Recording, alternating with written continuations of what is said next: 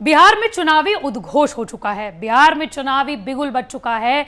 28 अक्टूबर को पहले चरण का मतदान होना है। 3 चरणों में से 3 नवंबर को दूसरे चरण का मतदान और 7 नवंबर को तीसरे चरण का मतदान होना है। 10 नवंबर को यह पता चल जाएगा कि बिहार की सत्ता में आखिर काबिज कौन हो रहा है। लेकिन आपके लिए आज हम लेकर आए हैं वो रिपोर्ट जिसमें हम आपको बताएंगे ये नहीं कि महागठबंधन और एनडीए गठबंधन में किस तरीके का चुनावी घमासान होने वाला है। आज हम बताने वाले हैं उस घमासान की जो दोनों ही पार्टियों के बीच में अंदर में उबल रहा है। महागठबंधन में किस तरीके से मुकेश सहनी बीच प्रेस कॉन्फ्रेंस में उठकर चले गए क्योंकि वो वोट शेयरिंग से बिल्कुल खुश नहीं थे, और अब चिराग पासवान ने यह घोषणा की है कि बीजेपी के तो साथ हैं, चाहे चुनाव के बाद जो भी फैसला आए वो बीजेपी का साथ देते रहेंगे, लेकिन वो जेडीयू के साथ तो बिल्कुल चुनाव नहीं लड़ सकते। और इसीलिए उन्होंने ये फैसला किया है कि 142 से 143 सीटों पर वो जेडीयू के प्रत्याशियों के खिलाफ अपने उम्मीदवार उतारेंगे तमाम सीटों पर। और ऐसे में क्या बीजेपी के लिए मुश्किलें खड़ी होने वाली हैं, एनडीए गठबंधन के लिए मुश्किलें खड़ी करने वाले हैं, या फिर ये पूरा खेल इसलिए खेला जा रहा है ताकि नीतीश कुमार को किसी भी तरीके का डिसीजन मेकिंग पावर ना दी जाए चुनाव के खत्म होने के बाद। आपको बता दें कि आरएलएसपी के प्रमुख उपेंद्र कुशवाहा पहले ही कह चुके हैं कि तेजस्वी यादव के साथ अगर उनके चेहरे पर अगर महागठबंधन चुनाव लड़ती है तो उसके लिए नीतीश कुमार के सामने खड़ा रह पाना और जीत पाना बेहद मुश्किल हो सकता है।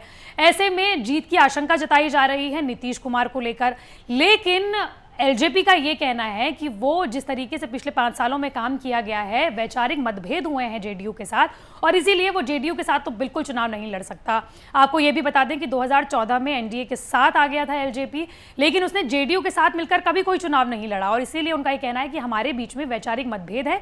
इसीलिए इन्हीं मतभेदों की वजह से हमने संसदीय दल में ये फैसला किया कि जेडीयू के साथ तो बिल्कुल कोई चुनाव नहीं लड़ने वाले हैं। हमने तमाम पत्रकारों से बात की है कि क्या इसका असर बीजेपी पर होगा, एनडीए गठबंधन पर होगा, या फिर जेडीयू और खास तौर पर नीतीश कुमार पर होगा। तो उन्होंने जो कहा है, जो उन्होंने राय रखी है, वो बेहद इंटरेस्टिंग है। लेकिन उससे पहले मैं आपको एक रेफरेंस दे देती हूं। दरअसल बिहार के मुख्यमंत्री रहे और केंद्र के कद्दावर नेताओं में से एक रहे लालू प्रसाद यादव, जब भी रामविलास पासवान जो कि प्रमुख रहे हैं एलजेपी के, उनका जिक्र आता रहा है तो उनके बारे में वो हमेशा कहते रहे हैं कि वो मौसम वैज्ञानिक है, जहां की हवा होती है वो उसके साथ होते हैं। और यही वजह है कि 2014 में जब मोदी लहर थी तो वो मोदी लहर के साथ हो गए और अभी तक उनके साथ बने हुए हैं। लेकिन बिहार में इस तरीके का फैसला क्यों?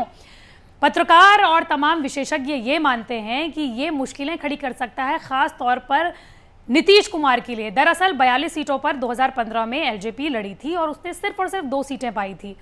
उससे पहले जब 2010 में लड़ा था उस वक्त वोट शेयरिंग जो थी वो काफ़ी ख़राब थी, लेकिन 2015 में वोट शेयरिंग एलजेपी की काफ़ी बेहतर स्थिति में हो गई। और यही वजह है कि चिराग पासवान उसी कॉन्फिडेंस में लड़ रहे हैं कि शायद अगर वो चुनाव प्रचार करेंगे और एलजेपी बीजेपी का समर्थन देती रहेगी तो शायद उसके जितने भी कैंडिडेट्स हैं वो जेडीयू के खिलाफ एक बढ़त बना पाएं। साथ ही आपको बता दें कि जो एलजेपी का कोर जो वोटर होता है वो कहीं नहीं जाने वाला है। उनको ये लगता है कि उसी वोटर के बल पर वो एक अच्छी खासी जीत भी दर्ज कर सकते हैं, और इसीलिए वो किंग मेकर का भी एक रोल निभा सकते हैं एनडीए के लिए। और इसीलिए वो ये भी मान रहे हैं कि जितने भी पत्रकार हैं कि वो नीतीश कुमार के लिए एक मुश्किल खड़ी कर सकते हैं, क्योंकि वो वोट काट सकते हैं उन तमाम प्रत्याशियों के जेडीयू का जो कि चुनाव लड़ रहे हैं, मैदान में हैं, और एलजेपी इन्हीं प्रत्याशियों का वोट काट सकती है। लेकिन देखना ये होगा इन चुनावों में कि एलजेपी को लोग वोट देते हैं, जेडीयू को वोट देते हैं, या फिर महागठबंधन के प्रत्याशियों को वोट देते हैं। लेकिन ये देखना बहुत इंटरेस्टिंग होगा कि क्या ये चुनाव के बाद का खेल हो रहा है। क्या चिराग पासवान ने अभी से ये तैयारी कर ली है कि अगर एनडीए जीत जाती है तो वो एक किंग मेकर के तौर पर बार्गेनिंग कर सकते हैं और नीतीश कुमार को बार्गेनिंग करने का कोई मौका नहीं देंगे अगर एनडीए जो है वो जीत जाती है। तो ये देखना बेहद इंटरेस्टिंग होगा कि किस तरीके से चिराग पासवान जो है उनका चिराग नीतीश कुमार के उजाले को बुझा सकता है। और यही हमारी आज खास पेशकश थी आपके लिए बिहार चुनावों को लेकर। अगर आप भी किसी टॉपिक के बारे में जानना चाहते हैं तो हमें ज़रूर बताइए बिहार इलेक्शंस को लेकर, और आपको आज का टॉपिक कैसा लगा हमें ज़रूर बताइए।